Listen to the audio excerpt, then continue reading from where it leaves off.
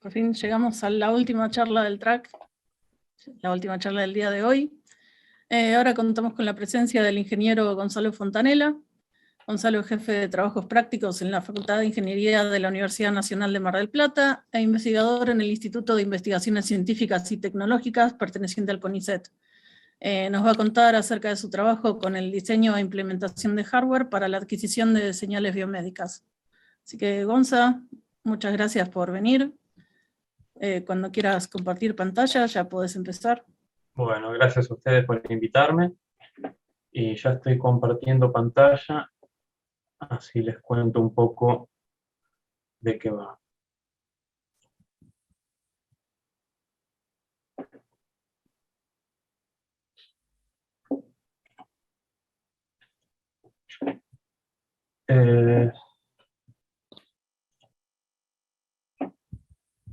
Me da algunas opciones que no estoy del todo seguro qué quieren decir. Ahí está. Ahí deberían estar viendo, ¿no? Sí, perfecto. ¿Y ya se ve? Sí, ahí se ve.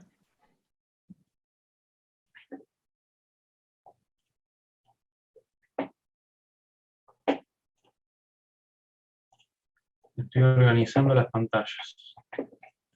Ahora sí. Ahí se ve bien, ¿no? Sí, perfecto. Bárbaro. Bueno, yo soy Gonzalo Fontanella, soy ingeniero electrónico de la Universidad Nacional de Mar del Plata. Trabajo en el laboratorio de ingeniería como investigador hace unos 3 años más o menos. Y bueno, mi fuerte, mi aporte en el laboratorio son todos los temas que tienen que ver con hardware, que tienen que ver con los circuitos en sí, con la adquisición de las señales, que después, digamos, la otra parte del laboratorio, que se dedica más a lo que es el procesamiento, machine learning, y bueno, estas técnicas de inferencia de datos.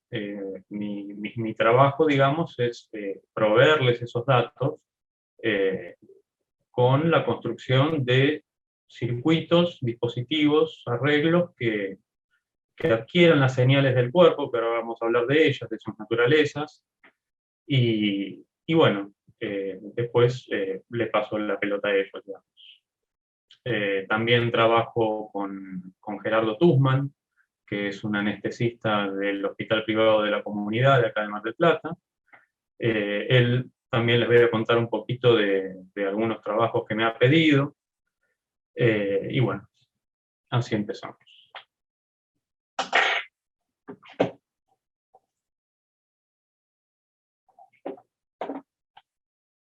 Ese soy yo. Estos son mis datos de contacto. Mi mail, mi Instagram y mi LinkedIn. Y empezamos con la presentación. Pensemos en el cuerpo humano como un montón de sistemas de distinto tipo, ingenieriles, técnicos, como pueden ser sistemas eléctricos, sistemas neumáticos, sistemas hidráulicos, sistemas térmicos.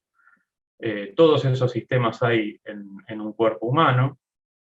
Ninguno es una sola cosa. Por ejemplo, pensemos en el sistema circulatorio, no es exclusivamente hidráulico, hay fenómenos eléctricos también en él, hay fenómenos mecánicos.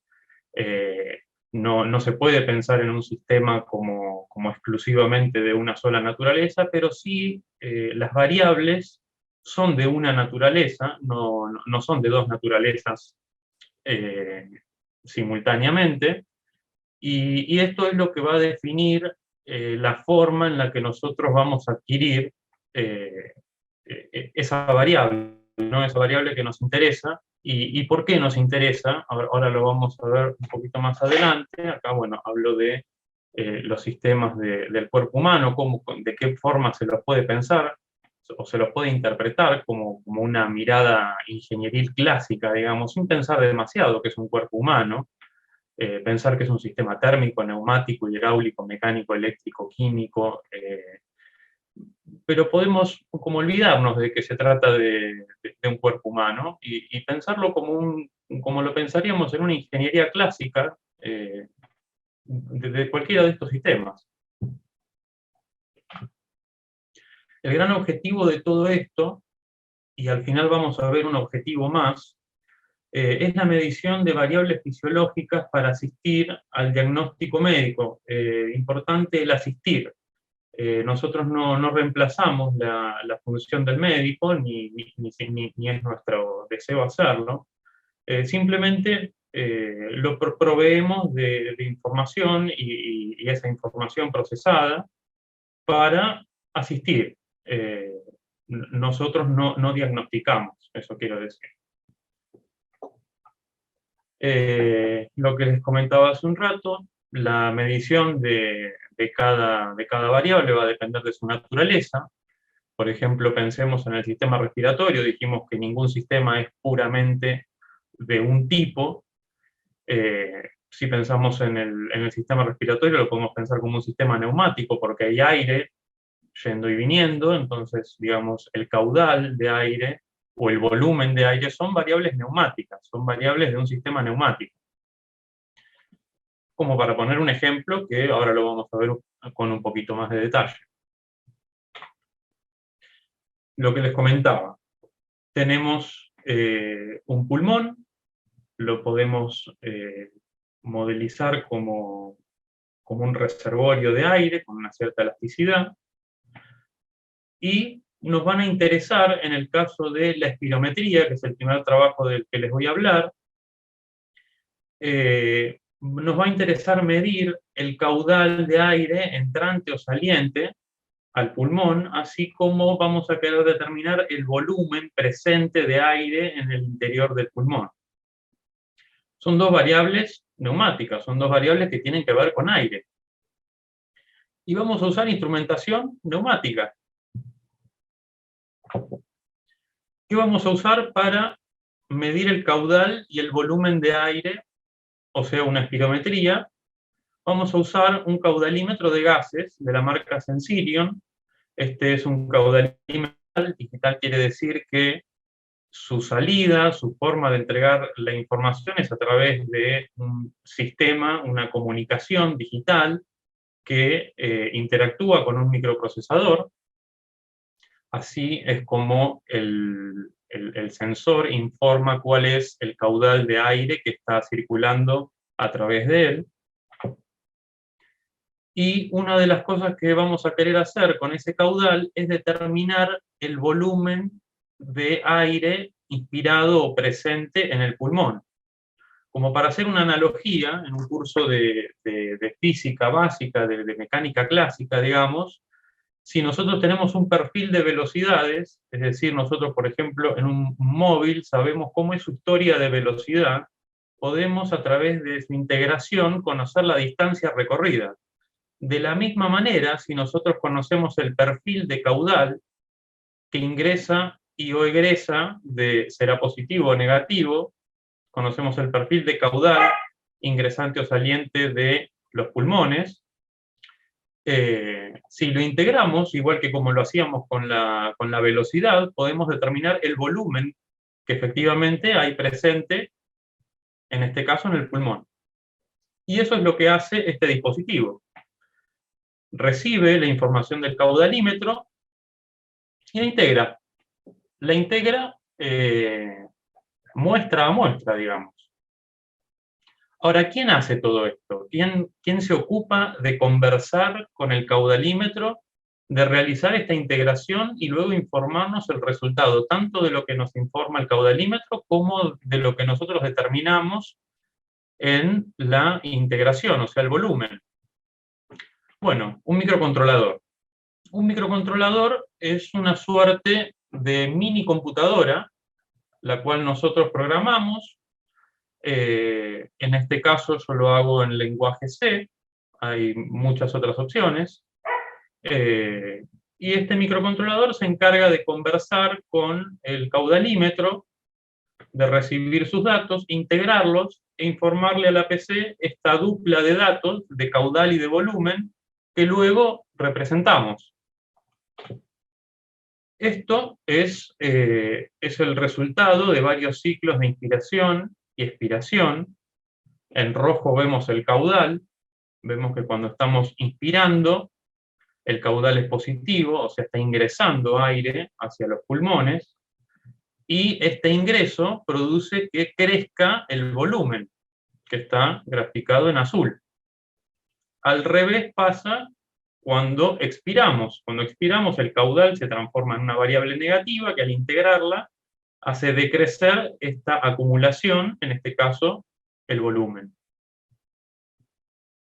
Ahora bien, estos son dos gráficos representados en función del tiempo. Si uno representa paramétricamente, con el tiempo como parámetro, estos dos resultados, estos dos datos, puede ver cómo es el volumen en función del caudal, o el caudal en función del volumen. Acá, bueno, yo no lo comenté al principio, pero el objetivo de este desarrollo, en realidad como cualquier espirómetro, es detectar condiciones obstructivas y o restrictivas, son dos situaciones diferentes, en una vía aérea. Entonces, estos son ensayos en donde los hice yo mismo.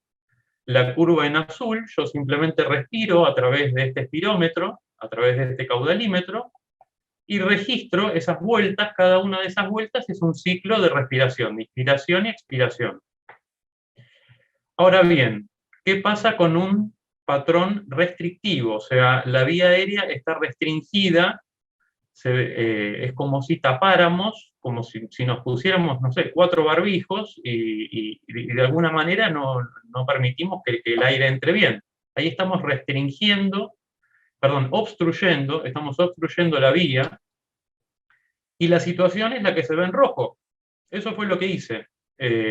Agregué un trapo en el caudalímetro, entonces de alguna manera obstruí el paso del aire limitando el caudal. Ahí vemos que el volumen se llena, el volumen llega al volumen nominal del pulmón, 1.5 litros aproximadamente.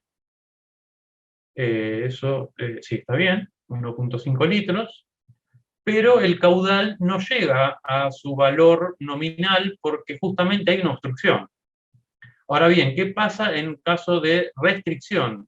Eso se ve en la curva verde. Ahí en la curva verde se ven varios ciclos de inspiración y expiración, y lo hice con una persona sentada sobre mi esternón. Entonces, claro, yo para inspirar no podía llenar hasta el fondo mis pulmones. No había ninguna obstrucción, pero sí había una restricción.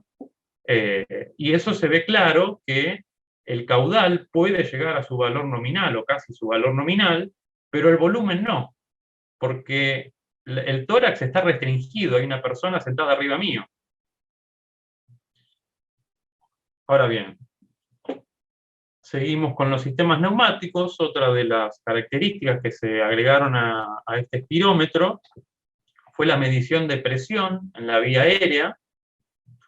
Se agregó como tercer dato que este espirómetro adquiere, y se han adquirido las 3 muestras juntas, así como también agregamos la medición de temperatura. Nosotros desde el laboratorio de bioingeniería ofrecemos una materia de grado y de posgrado, en donde los estudiantes hacen distintos ensayos que tienen que ver con esto, ¿no? Con mediciones de variables del cuerpo. Entre ellas, por ejemplo, se hace una espirometría en donde también se ve la temperatura del aire que entra y que sale, y en este caso estamos ante, bueno, una variable térmica, y la forma que nosotros tenemos de transformarla en lo que nosotros sabemos manejar, que son variables electrónicas, es con este transductor que nos entrega una tensión proporcional a su temperatura, nos entrega 10 milivolts por cada grado centígrado a la que el encapsulado está sometido.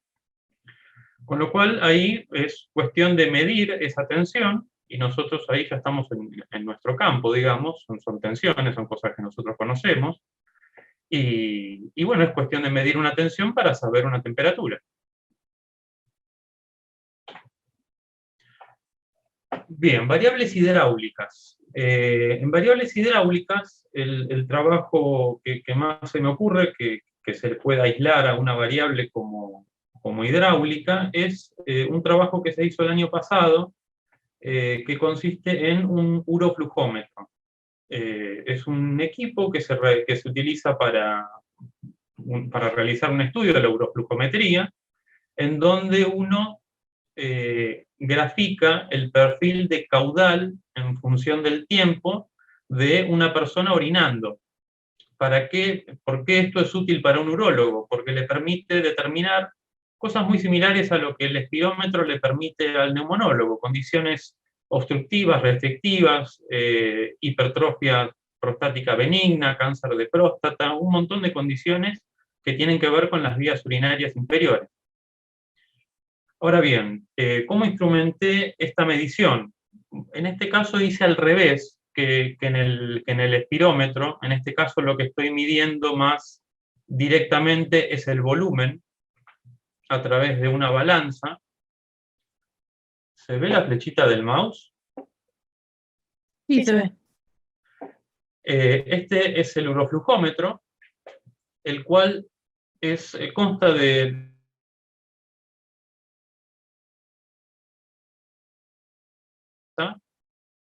y la medición consiste en medir el peso de esa muestra. Ahora bien, la forma en la que varía ese peso, o sea, la derivada de ese peso, con algún factor de escala, para que no viene al caso, la derivada de ese peso nos va a determinar cuánto orina, cuánto fluido está ingresando al vaso de precipitado. Este trabajo lo hice en plena cuarentena y bueno, se me ocurrió la idea de incorporar la tecnología de IoT, en donde este equipo, esa captura que ustedes ven ahí es de la pantalla de un celular. La idea de este equipo es que permanezca en la casa, en la vivienda del paciente, y el paciente se pueda hacer la uroflujometría en su casa sin tener que salir, sin tener que ir al consultorio ni tener que ir a una clínica. Este equipo se conecta por Wi-Fi al router del lugar, y el urólogo se conecta a través de su celular y en tiempo real puede ver la uroflujometría de su paciente sin que su paciente se tenga que trasladar hasta su consultorio. En esta captura se puede ver el volumen, que es directamente la medición del peso de la muestra con algún factor de escala, pero es lineal al peso, y el caudal, que es lo que más le interesa al urólogo. En este caso se ha hecho un zoom para ver las dos variables, pero se puede con los dedos en el celular hacer zoom sobre la curva verde y ver un detalle mejor de la curva verde. Obviamente se pierde un poco la roja. Básicamente este equipo, bueno, consta de, no viene al caso, esto es una balanza electrónica, no voy a detallar cómo funciona. Básicamente es una barra de aluminio que se deforma y su resistencia eléctrica cambia en función de esa deformación.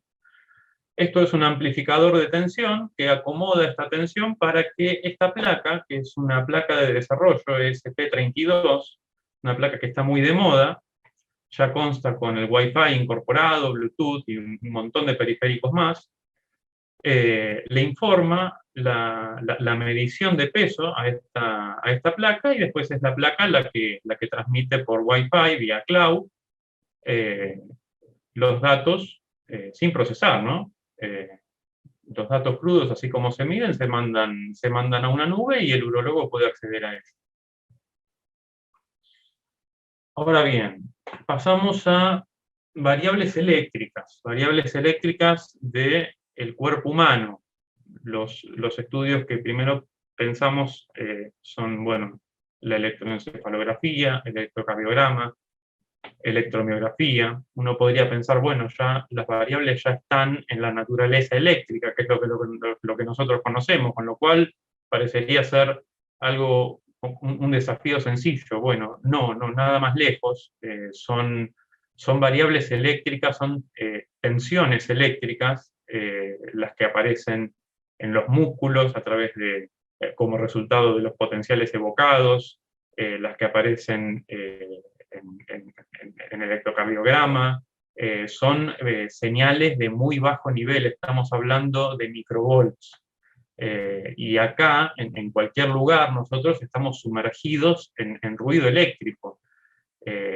Fundamentalmente los 50 Hz de línea, donde sea que uno esté, hay tendidos de cables por todos lados que llevan 50 Hz de línea, y esos 50 Hz se inducen en nuestra medición y en el cuerpo, y nos complican la vida, digamos, porque uno está pretendiendo medir microvolts cuando está sumergido en un ruido eléctrico de los milivolts. Estamos hablando de órdenes de magnitud más grandes de ruido con respecto a la señal que queremos medir. Bueno, esto engendra un montón de desafíos para poder sacarse de encima este ruido. Solo comento un poquito, la verdad que está un poco de más, porque esto requiere realmente, para explicarlo bien, un análisis electrónico, pero bueno, este es el amplificador que se suele usar en todas las adquisiciones, siempre se termina cayendo en un amplificador de instrumentación, por, bueno, muchas características electrónicas que tiene, que, bueno, no vienen demasiado al caso. En cuanto a variables químicas, se me ocurre pensar en la oximetría, la medición de la saturación a partir de la fotopletismografía. Lo que hacemos es iluminar, por ejemplo, en este caso el dedo, con dos luces de longitudes de onda distintas. Nosotros sabemos que la hemoglobina tiene una característica de absorción cuando está oxigenada distinta a cuando no lo está. Y de esa manera, a través de una cuenta que se llama de Beer-Lambert, nosotros determinamos la oximetría. Ahora bien, ¿cómo pasamos nosotros de una variable química a una variable electrónica, que es lo que nosotros sabemos manejar? Con este método, iluminando con dos longitudes de onda distintas y con un fotorreceptor. En este caso yo lo realicé con un front-end, es un front-end de la marca de Texas. Ahora voy a hablar un poquito más sobre estos dispositivos, que los hay cada vez más. Nos resuelven muchísimos problemas, ya vienen mucha parte del problema electrónico resuelto. En este caso, este front-end, uno le conecta las lamparitas, digamos, con las que uno va a iluminar con dos longitudes de onda distintas, le conecta al fotorreceptor y se ocupa por sí solo de regular la corriente en cada uno de las lamparitas y de adquirir la luz que logra efectivamente pasar y llegar al fotodetector. Este trabajo forma parte, bueno, un poco de lo que les comentaba antes, de un requerimiento de Gerardo Tussmann, que es médico anestesista. A él le interesa mucho ir un poco más allá de las señales que tienen las estaciones de anestesia clásicas. En el caso de la fotopletismografía, la estación de anestesia clásica nos muestra, esta es la curva típica de fotopletismografía. El equipo de anestesia clásico nos muestra esta señal, pero no la grafiqué acá como sería en un equipo de anestesia clásico, pero imagínense que su valor de continua siempre está en torno a cero. Es decir, uno solamente ve esas oscilaciones de alta frecuencia con respecto a la oscilación de baja frecuencia o a la variación de baja frecuencia que se ve ahí mismo. A Gerardo le interesa saber el valor de continua de esta señal, es decir, el valor promedio, que se lo ve ahí variante. Es la curva que está graficada por encima de cada una de las curvas de fotopletismografía, una correspondiente al LED rojo y la otra correspondiente al LED infrarrojo. Esta línea que pasa por medio de todas es el valor medio de la señal de fotopletismografía. ¿Para qué Gerardo quiere el valor medio de esta señal? no lo sé del todo. Él me habla de que con eso puede determinar la rigidez arterial venosa, pero bueno, no es un tema mío. Él necesita el valor de continua de la fotopletismografía, yo se lo proveo. Después, qué hace él con eso? Eso es un tema médico, ¿no? Escapa a lo electrónico, digamos. Y bueno, ahora les voy a hablar estos son trabajos pasados, les voy a hablar de un trabajo actual, también el requerimiento de Gerardo. Esta misma oximetría que está hecha sobre un dedo, Gerardo me pidió hacerla sobre el esófago. Esta vez no por absorción, como se ve en el primer caso, sino como el segundo caso, por reflexión. Gerardo quiere poner un oxímetro en el esófago y quiere determinar la saturación, en realidad quiere la curva de fotopletismografía en el esófago. ¿Para qué? No lo sé, pero él quiere eso y es lo que le estoy haciendo.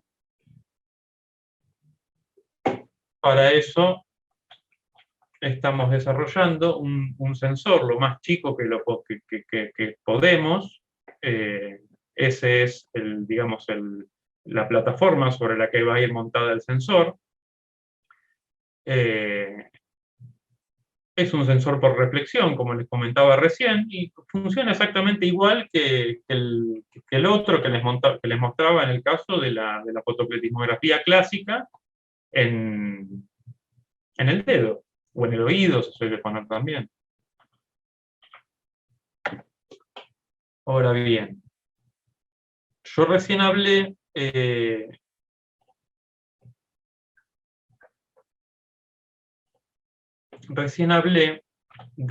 frontend, les hablé de que son equipos, en este caso les estoy mostrando un frontend para electromiografía. Uno ubica esa plaquetita con 3 electrodos, la ubica sobre la estructura muscular que uno quiere adquirirle su actividad eléctrica. En este caso yo le armé una basecita impresa en 3D con un abrojo, pero básicamente el problema electrónico más grande está resuelto, que es el del amplificador de instrumentación y la adquisición de los datos sumergidas en ruido. En este momento estoy dirigiendo un proyecto final en el cual nosotros estamos desarrollando el frontend, es decir, no estamos utilizando un frontend como herramienta, sino que lo estamos haciendo nosotros, con electrónica y componentes discretos conseguidos acá, en una tienda local. Están muy buenos estos frontends, son muy económicos, funcionan muy bien, pero bueno, como ejercicio de ingeniería electrónica, cada vez nos planteamos un poquito más si realmente la utilización de estos dispositivos, hasta qué punto es una buena herramienta pedagógica académica o no, porque, digamos, esto ya el problema electrónico ya prácticamente lo resuelve. Uno tiene que adquirir la señal de tensión que ese módulo entrega como si fuera una tensión que ya está limpita de ruido, ya está todo el problema resuelto. Entonces, a veces uno se plantea que por ahí dejar usar estos dispositivos en los proyectos finales, de alguna manera es como dejarle usar la calculadora a una persona que está aprendiendo en 5º grado operaciones de aritmética básicas. Si hoy uno tiene que hacer una cuenta, agarra la calculadora, pero está bueno que en 5º grado uno aprenda la aritmética básica que transforma en algo ya resuelto, digamos. Así que bueno, estuvo esta iniciativa de desarrollar un frontend, estamos desarrollando algo que ya está desarrollado y es muy barato, ese equipito es relativamente barato y ya trae todo resuelto, pero bueno, de alguna manera se planteó como ejercicio de ingeniería electrónica el desarrollo de los propios frontend. ¿Vamos a igualar su desempeño? No lo sé del todo porque, bueno, no lo hemos terminado, pero la idea es un poco apuntar a eso. Otro desarrollo actual es el caso de los wearables, son los dispositivos que van, digamos, que son utilizables, van con uno en el cuerpo, en la ropa, en un casco, tienen un sistema autónomo, es decir, tienen batería dentro, hace falta desarrollar algún sistema, bueno, de carga de batería, gestión de batería, economización de energía, transmisión de radio, porque estos equipos funcionan de manera autónoma. Simplifica mucho las cosas porque el paciente no está vinculado eléctricamente a la red eléctrica, con lo cual hace mucho más fácil la eliminación del ruido, el ruido, por ejemplo, el de 50 Hz, que tanto nos complica siempre. Esto, de alguna manera, mitiga un poquito ese problema.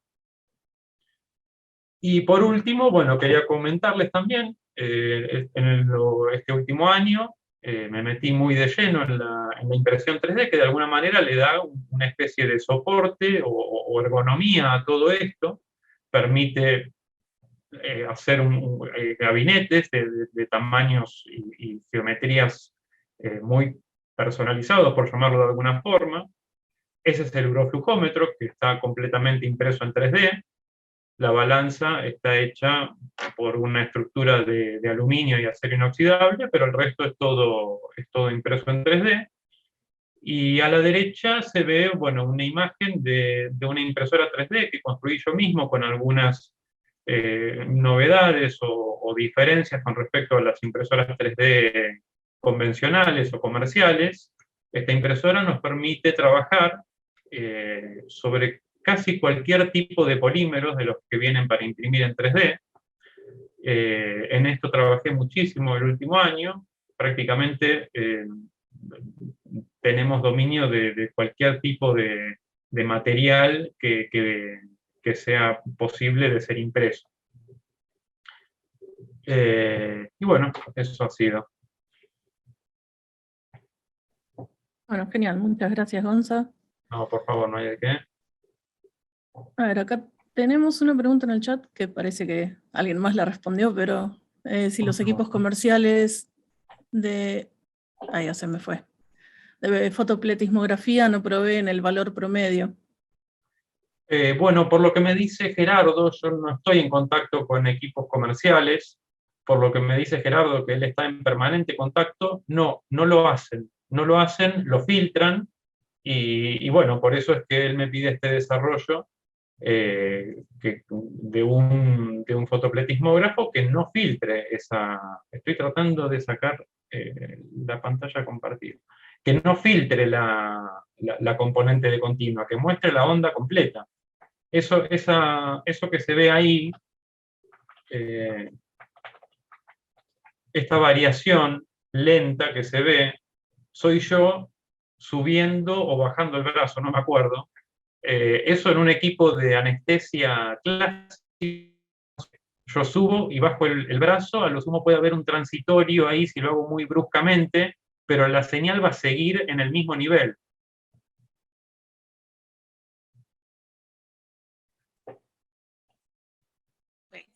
A ver si, supongo que eso responde Santiago. Yo te quería consultar en la parte de impresión 3D, ¿qué materiales usas para imprimir? Digamos, según para qué tipo de materiales se usan para qué cosas. Bien, bueno, mira, hay un montón de opciones y cada vez más. El material más clásico es el PLA, que lo que tiene de piola es que es muy tolerante. La impresora 3D lleva muchísimas configuraciones, muchísimas, de temperaturas, de distancias, de fuerzas de empuje, de un montón de cosas, y el PLA tiene la ventaja de ser muy tolerante a la configuración no óptima. O sea, alguien que está empezando a imprimir en 3D, está bueno que use PLA porque es un material que si uno tiene medio pifeada la configuración o no está óptima, va a andar más o menos bien igual. Tiene la desventaja de que se derrite a muy baja temperatura. Para imprimirlo es una ventaja porque el cabezal dura más, pero después para su existencia es una desventaja porque si uno deja adentro del auto un 15 de enero en Buenos Aires una pieza impresa en PLA, lo más probable es que se encuentre, que no la encuentre más a la pieza, que encuentre el plástico derretido. Después vienen materiales, por ejemplo, el PETG, que es un paso más, que el PLA tiene características muy parecidas, pero es mucho más rígido, es más resistente mecánicamente y además permite estar sometido a temperaturas más altas sin derretirse. El material dentro de los clásicos, el más fuerte, por llamarlo de alguna forma, o el que se usa para hacer, por ejemplo, el soporte de un motor no muy grande, un motorcito, o estructuras que ya requieran cierta fuerza, es el ABS. El ABS es el plástico clásico que hay en los autos. Para eso ya se requieren algunas cosas más para imprimirlo, por ejemplo, la atmósfera controlada. Es el material más complicado dentro de los simples, es el más complicado, porque requiere que la impresora esté en una atmósfera controlada. Requiere que adentro, en el ambiente de impresión, siempre haya 30 grados constantes. Por eso, en esa impresora que se ve ahí, está toda esa estructura que yo, de alguna manera, lo que hago cuando voy a imprimir una pieza en ABS, lo hago con esa máquina, y esa estructura de acrílico y madera que está ahí, baja con un motorcito, y adentro hay un sistema de control de temperatura, con refrigeración y calefacción, las dos cosas, se prende la que se tenga que prender, para que ahí adentro siempre haya 30 grados. De esa forma, el ABS camina bastante bien.